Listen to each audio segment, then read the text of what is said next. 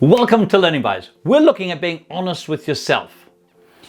There was a study done looking at how often people lie to themselves, and it was a massive amount of the time. I remember reading and thinking, no, surely not.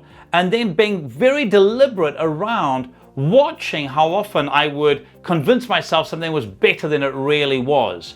Or maybe looking at something and imagining it was worse than it really was.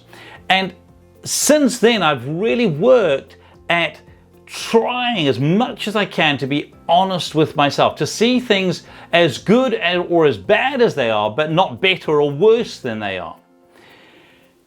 When we learn to be honest with ourselves, it means that we can look at the areas where we might need to change, or the areas where we might need to ask other people to look at changing. Being able to give constructive feedback in a useful way. You see, the only person who can change you is you. And for so many people, they put on a mask and you go, hey, how are you doing? They go, I'm fine. And fine can be this veil that hides so much stuff.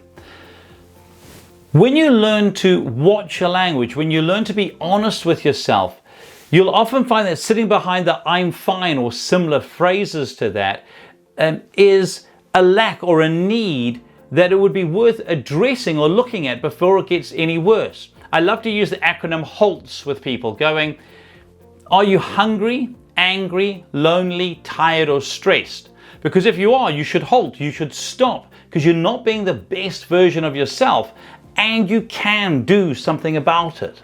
If you always do what you've always done, you're always going to get what you've always got. So look for those situations in your weeks and your days where perhaps you're bottling things up, or you're squashing things down, or you're not dealing with things in a healthy way. And be honest with yourself. Why is it happening? How could you uncover it? Maybe you need to go and get some help with something.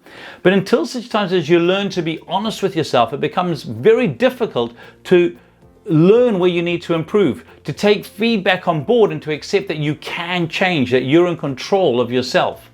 So as you go through this week, I really encourage you to be aware of how well you tell yourself the truth, how well you receive the truth, and importantly, what actions you take once you realize the situation that you're in and your current response to it, and whether it's who you want to be and how you want to react in those moments. Here's to your success. Thanks so much for watching. If any of this resonated and you'd like to reach out, feel free to give me a call on 0272 987 523 or email me at mike@thinkright.co.nz. Or if you would like some additional resources, go to our website www.thinkright.co.nz.